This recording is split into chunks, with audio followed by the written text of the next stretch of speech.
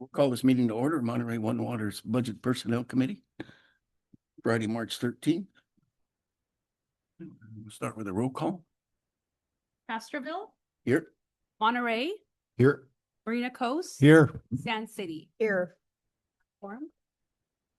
Any additions, deletions to the agenda? No additions. Okay, ask for approval of the agenda. Move approval of the agenda. Second. And a motion and second. Any public discussion or question? Any? All those in favor say aye. Aye. Aye, and the motion carries unanimous. Approval. Public comment. Now's the time for public comment. Anyone wishing to address this committee on items that aren't on today's agenda? I don't see any raised. Don't have any? Okay. We'll close public comment, move on to number 6, business items. Consider approval of Budget Personnel Committee minutes of February 6, 2026. Bring that back to the board. Move approval. Second. Motion second. Any public discussion or question? All those in favor say aye. Aye. Aye, and the motion carries unanimous. Item B, receive update on wastewater rate study. Thank you, Chair Stefani. So we're going to do a little bit of a tag team effort on this particular item because it is such a significant effort, and the schedule is relatively tight. So on the line, we have two of our consultants with Wildan, and then certainly Steve, Rachel, and myself have been working on it. And I do want to point out, well, you know Johanna, and this is Dylan, an accountant that started in December, if I'm not mistaken, November. I think he may have come to a board meeting earlier, but just we're going to be tag teaming this thing. So Welcome. So the wastewater rate study has been going on for a while. We very much appreciate last month having direction from the board on keeping the rate structure the same. We will be reporting out. I think Alexis had a question on what are the impacts or what would a low use exception look like. We'll have some information for that. We don't have it. I don't have it right now with me because I wanted to focus in on the next steps and what the triggers are that we're asking for the board. February rate structure at the board meeting coming up. We're going to actually ask, what's the duration and percentages you'd like to see? Yeah, thank you, Chai. There it is. The percentages and duration that you'd like to see and have that discussion. So we'll start that here today. In April, this is the Prop 218. Here are the rate categories and their respective rates. The reason we need that in April is for our staff to start printing the Prop 218s and send out. You see the basic schedule here, that there is the written protest period. Come June, we have the public hearing, adoption of the board or adoption of the rates, and then subsequently adoption of the budget. For many years, I try to always do this at the first board meeting in June, just in case something happens, we don't have a quorum, there's a question, we need to change something. I always want to have a little float in schedule that we could go to the last board meeting in June.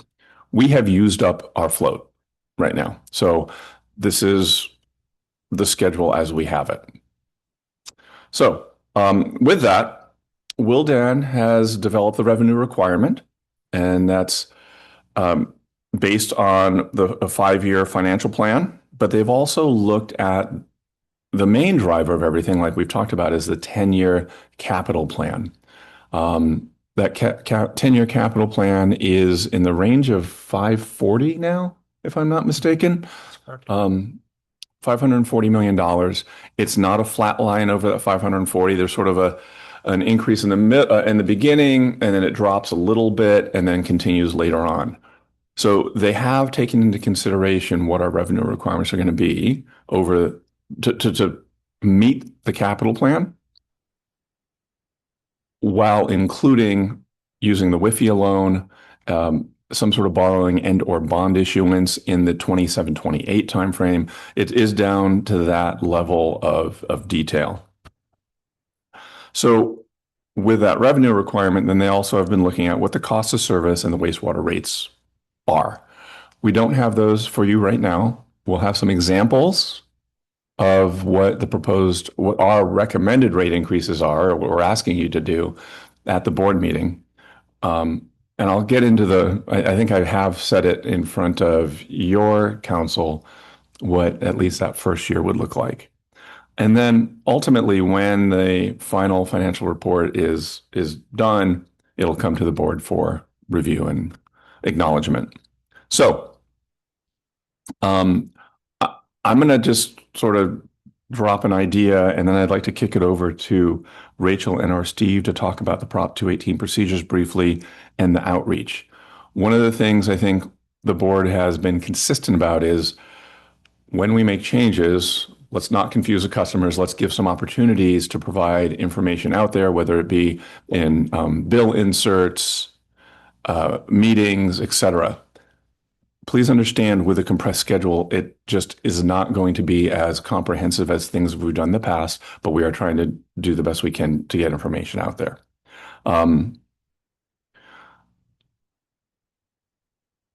My preference, staff's preference as a whole, is that 5-year Prop 218, Prop 218 allows you to do a 1 year up to a 5-year notice.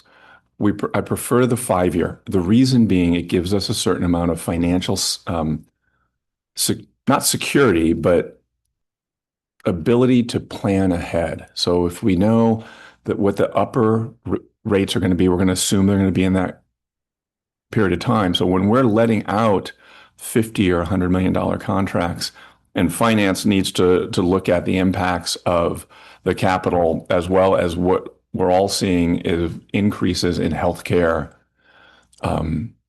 energy, chemicals, it allows for a more robust planning tool. So that is going to come back to you. Now, certainly it is entirely up to the board to go, yeah, we really appreciate that you want 5 years, Paul, you're getting 1. And that is acceptable. And we would just go through this again next year. As a backdrop for that one request, which you'll see in the March 27th board meeting, the other thing is rate increases. I think I alluded to in some of the presentations to councils. Based on our needs and the cuts we've made to this current year proposed budget, 26-27, the rate increase request is going to be right at around 8%.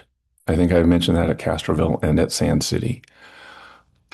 That's not the only one. Over the 5-year period, it looks like it's going to be at least 8, maybe a little higher in the out years. We're trying to not front load it because we know there is a sensitivity to rates in the community. So it's going to look like something like 88899 is what the staff recommendation is going to be. So what does that mean? Our current residential rates, which accounts for like 85% of our revenue, is $54 per month. So it would go up to $58.32 per month in that first year. Once again, end of the month, as we prepare the entire thing for you, we'll take a couple rate classifications, maybe single family dwelling and maybe, restaurant serving 2 meals or so many seats, and we'll show you what the impacts are over the 5-year period to our customers. I think you know what the drivers are for the requested rate increases.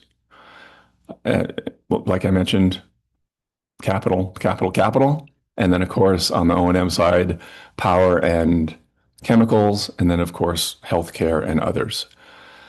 So that's the information. We can certainly let Chris and Alice get more into the details of any revenue requirement or cost of service analysis, if you'd like. But while you're thinking about those questions, maybe Rachel, you could just touch on the Prop 218 and the proposed outreach at this point. Good afternoon.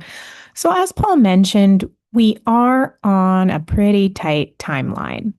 And so the outreach work plan does reflect that. But I also think that it includes diverse, bilingual outreach, and a variety of strategies to still try to get some good information out in the community in diverse ways. So we are working with a firm called Bodewell Group, and they specialize in wastewater and water rates. So they're bringing a lot of experience to the Prop 218 process and helping us with thoughtful engagement since it is going to be pretty brief. We want to make sure that we are really thoughtful and strategic in all of our messaging and any kind of engagement opportunities. So we're going to start by developing a message framework.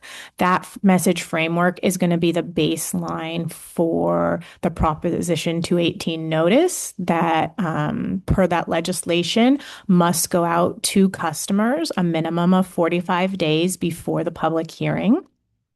We will also have a web page on our website that details the Proposition 218 process, ways to protest. A big thing that we need to remember in this process is similar to when we went through this with the tax rolls. It is a protest process. So the voices we're going to hear likely at the public hearing are going to be just that, protest. So I think a big part of some of the strategy as we're gaining feedback is to help inform other voices as well. So it's a little pivot from what we did last time, because I think with the tax roll, when we got to the end, we were only hearing that protest because that's what the legislation requires.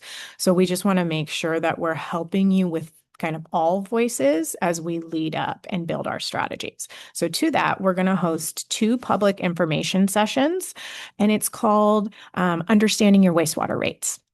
And so there will be a component related to Proposition 218, but it's also going to provide just more basic information on what goes into wastewater rates, what goes into the service, and a reminder too about what service Monterey One Water is providing, what service each of your entities is providing.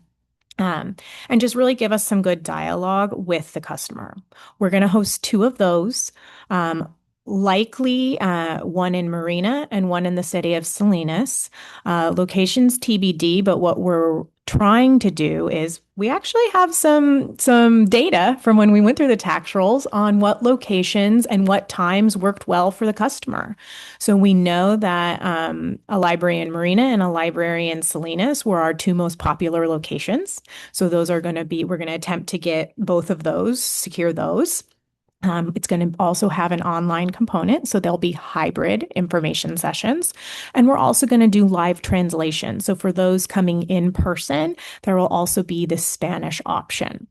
So again, it's condensed, right? Remember when we went through the tax roll, we did 10 of these. We only have time to do 2 this time, but I think that by offering all 3, so in-person, hybrid, and Spanish translation at each, we're really maximizing our time since it is condensed. Let's just see here.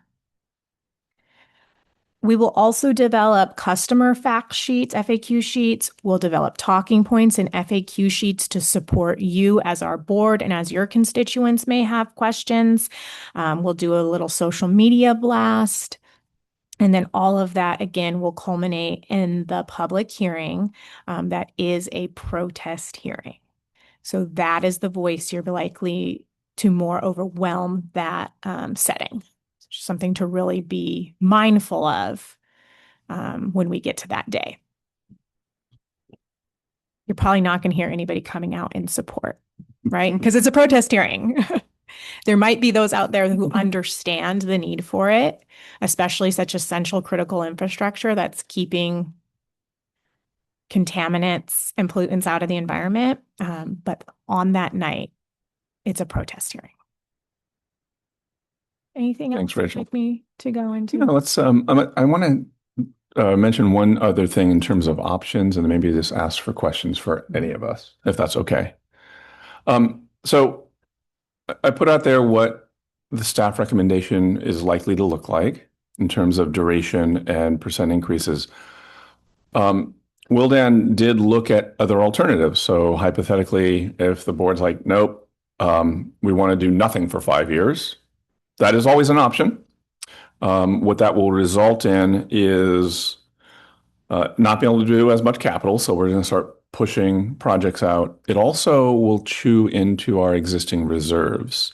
So per the board direction of trying to keep our plant working, we're trying to maintain a certain reserve level and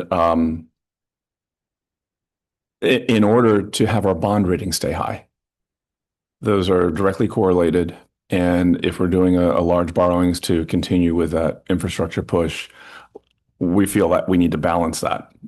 So there's the do nothing, which doesn't do capital, reserves go down. There's also, you could do a 3-year, but in order to maintain the reserve levels where we want them to be, in order to have that bond rating, it's going to be much higher than that 88899 because you're thinking we need to get everything within a 3-year period to maintain the reserve levels. We could extend it out a little bit, but there are impacts, I guess, is the point.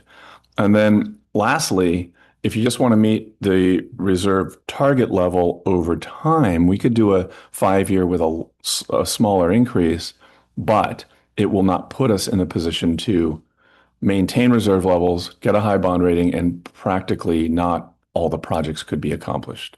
So there are certainly options available to you.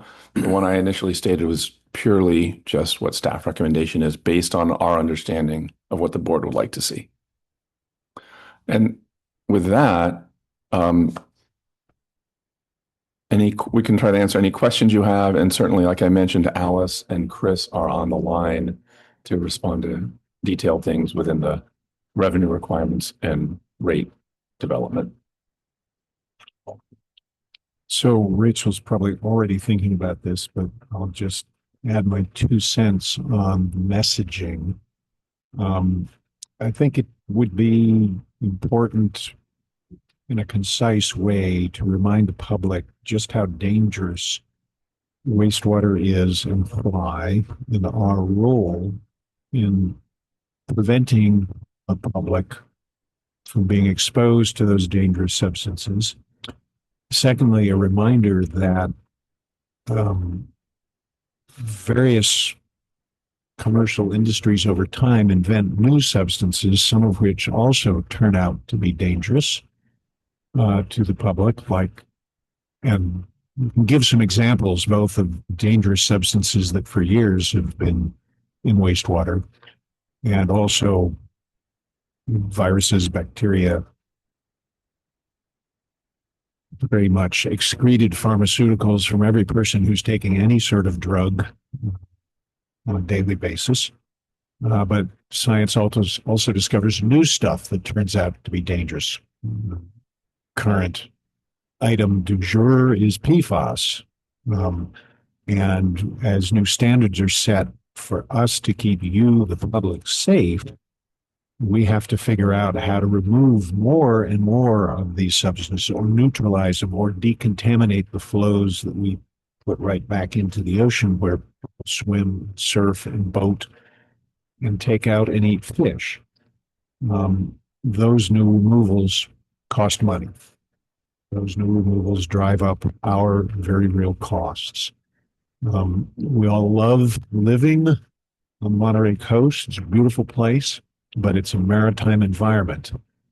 And anything metal that you put in a maritime environment can rapidly corrode in that environment. And much of our infrastructure runs right along the coast or sits within a mile or two of the coast. So we have higher expenses going forward to renew that infrastructure as it corrodes. Some of these wastewater flows produce corrosive substances. We're doing our best to create new revenue streams like more biogas to decrease some of our operating costs. But nobody's told us that steel is now half the price that it used to be a year ago. Electricity isn't half the price it used to be a year ago. Most of these things are going up. So there's lots of So I think it might be important to broadly in this message, make it as clear as you can just how important our mission is to the public and why, and some real examples, uh, and how that mission then drives costs, real costs that we experience going forward. We hate to charge you more for the same service or what you think is the same service, but actually, if you have to remove PFAS, it's an even greater service than we used to do. So, giving you increasing service, hard to see. But at any rate, so there's some messaging themes. We have a very good staff pulling those things together. So we now have my 2 cents worth. Thank you, Tom. That's some good points. Reminds me of yesterday or the day before, Channel 8 News ran a story on forever chemicals being grown in our produce down up and down the valley. And they've related it to pesticides. They didn't talk about PFAS. So there's some confusion, but that messaging is getting out there to the public. And just like Tom talked about, maybe we can talk about how we work to reduce that. So Yeah. I forgot to mention, to the extent you can, I don't know if this goes into the messaging or some other part of what we think about, but I can imagine, given sort of American cultural suspicion of government, distrust of government writ large and small all over the place, or maybe it's just maybe people in democracies like to criticize their government. But I can imagine, since we provide essentially 3 different important services, we talked about the first one, but tangentially we're providing Pure Water Monterey and agricultural irrigation water. I can imagine the possibility that there may be some suspicious individuals out there who ask the question, well, prove to me that the revenue you're collecting from me once a month at $54 a month, prove to me that not a single dime of that is helping out the farmers with their irrigation water or helping out the rich folks who live on the Monterey Peninsula solve their own self-induced overpopulation-based water problem. Whatever that thinking might be that would cause them to ask that question, I hope we have some kind of, if you will, counter to that or defense of that. I don't know that those are issues that will be raised, but there's possibility. Actually, I think it's likely. It's one of the questions we get often is for us to clarify rates for each type of service and to confirm that no customer group is subsidizing another. So it'll definitely be addressed in the FAQs and board talking. Maybe pointing out we have separate funds for those purposes. And I've been doing that with the presentations to the various boards and councils. And that's one of the focal points. It's trying to say we have the 4 enterprise funds, but we want to talk about wastewater right now. So hopefully that resonated with your respective councils and boards. Thank you. Thank you. Anything else? I just think that, let's see. So. Is that the most important things? Most important things in our community are services, providing services, and that being fire, safety. And we don't think about sewer. If you have fire, you have safety. I always thought was number 1 things being a mayor in the city. But what's most important is infrastructure on your wastewater going out. So sewers is very important. If the infrastructure is bad, I mean, that affects everything and everyone. So, I think that we need to keep our infrastructure good. And I brought this up at my city council meeting, and I pointed out that there was a wastewater treatment center, kind of local in the area, that has been in dire, repairs. They're kind of out of business. So they needed some help over there. That was from maintenance, lack of maintenance. And, we have that there. You have public health, safety, and so I want to ensure that our infrastructure is well maintained. Yeah, and it needs that maintenance. So it has been lacking over from, I don't know, previous boards. We have not had any of those rate increases. So prior till me getting on this board, is my understanding that there has not been increases where we could keep our infrastructure up. So I believe that we need to do something, and I'll just let it go. Let it go at that. And we're here listening, talking about it. It'll go to the board, and have a schedule. So it's whatever, all you mentioned reserves and the different things, 1 year, 3 year, 5 year. And so we're going to have to look at everything. Thank you. Just kind of feeding off of what Mayor Carbone was just sharing, it's like that those things that we take for granted, we don't really pay attention to until it's a problem, which we haven't really had to deal with it. I mean, since I've lived here, we haven't had to deal with any issue, exactly, knock on wood, of any issues. And I imagine that there's some process in place where the agency would say, don't flush your toilets, don't take a shower, or whatever that might be, if the system, for some reason, we couldn't receive that. So again, things that we take for granted, but I think something that we are more familiar with is power outages. And we know what that feels like when power goes out. It's like, man, it's hitting us right now. And it's like everybody gets all worked up afterwards. But then slowly everybody goes back to normal. So it's probably the thing that we take for granted the most, because it's kind of, we expect the waste to go down the stream and be taken care of. And probably most folks don't even think about the process in which we do to clean that enough to put it out into the bay. So kudos to staff for all the work that they're doing.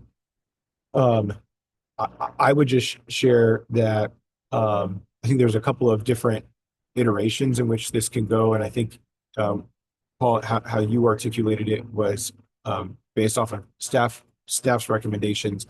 My hope is that we can fulfill the requirements, and I'll come back to that more in a second. But if there was concern from the board around having some concern around approving the proposed rate structure or for the length of time, I'm always really big on the reserves. So I would hate for us to dip into the reserves to try to put a Band-Aid on a solution, and that really doesn't do anything towards helping the agency now or into the future. And so I would just I would want to put pressure on the board to put on the table what projects are we going to push down the road more. And in as much as I don't want to do that either, I truly hold the reserve in a high space because it's so easy for us to just say, oh, let's just dip into it. And so speaking about the projects, I'm not sure if staff has the ability or capacity to, and I'm assuming something will be provided with it, but just to make sure that it's stated or asked, all the projects that are in the capital plan that would be funded through the rate increase. And then almost just kind of wondering what projects aren't on there that maybe we would like to do. And then I would take even a step further, and maybe it doesn't all have to be done for the rate study, but it would just be nice to have a document where we can see what is the life of all of our capital and just see like some things are going to be good for the next 20 years, and just to kind of have that 50,000 foot view in regards to what's going on with our assets and yeah, that's just some quick thoughts, questions, feedbacks from my little noggin. Yes. Yeah, can I respond to a couple things here? But Number one, looking at who's online here. If you opened a little bit of a Pandora's box, I was wondering if we can just keep Matt muted for the remainder of the meeting. Because you're absolutely right, Tyler. Engineering, maintenance, and operations did a great job trying to understand what projects were needed over the time frame. They do it on a risk-based process, looking at the probability of failure times the consequence of failure, multiply the two, you get what your risk is. So we will certainly bring back a list of projects based on risk so you can see where we're at.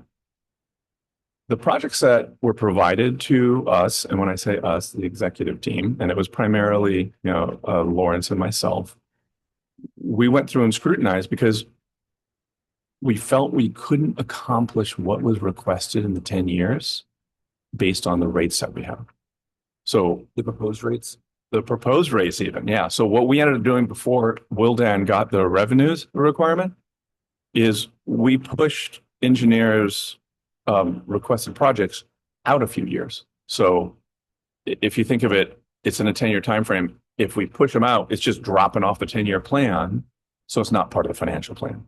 And we can make it work. Now, so what would we like to do is what you had asked. I think there's a lot more they think is necessary right now to keep an operating system moving into the future. Something I wrote down is we'll certainly show you what the resulting 10-year is. So we've done a fair amount of scrutinizing and cutting, but also it might be prudent to take a look at what the 20-year plan looks like, because this isn't stopping. It continues.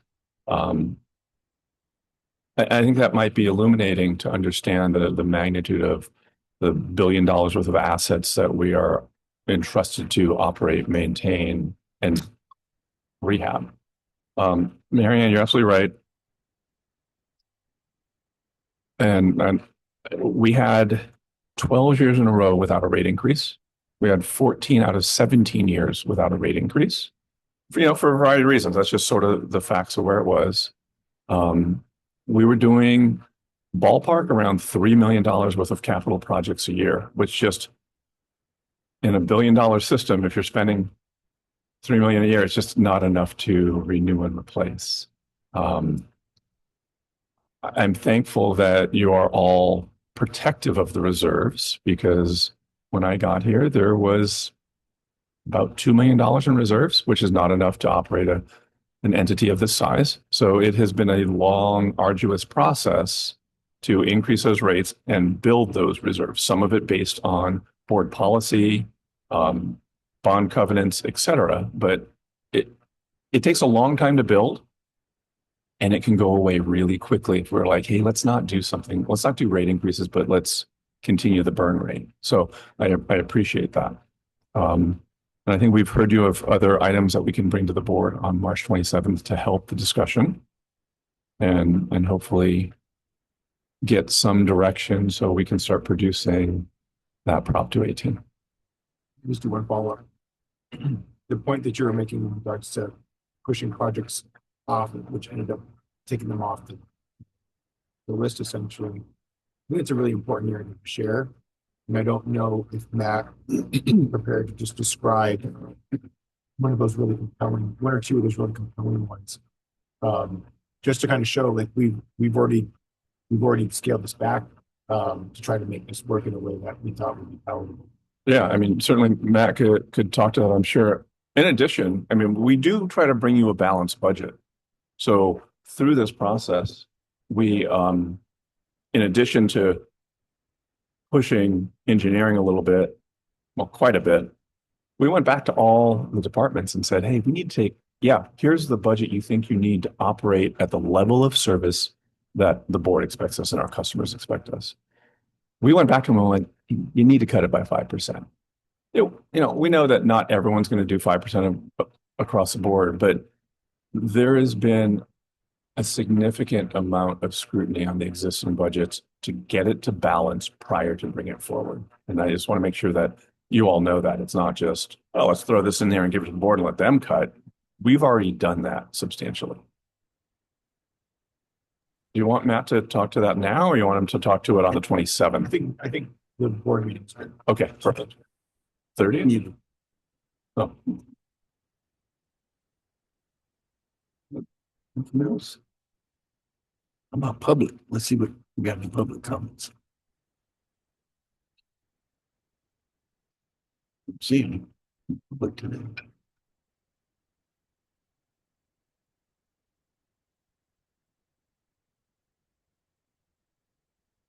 Okay, you got all you need? I think so. Are we all good? Thank you. Move on into staff reports.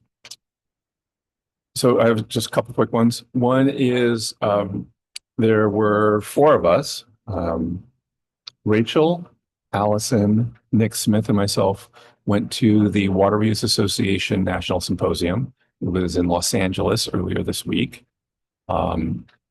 Largest symposium ever.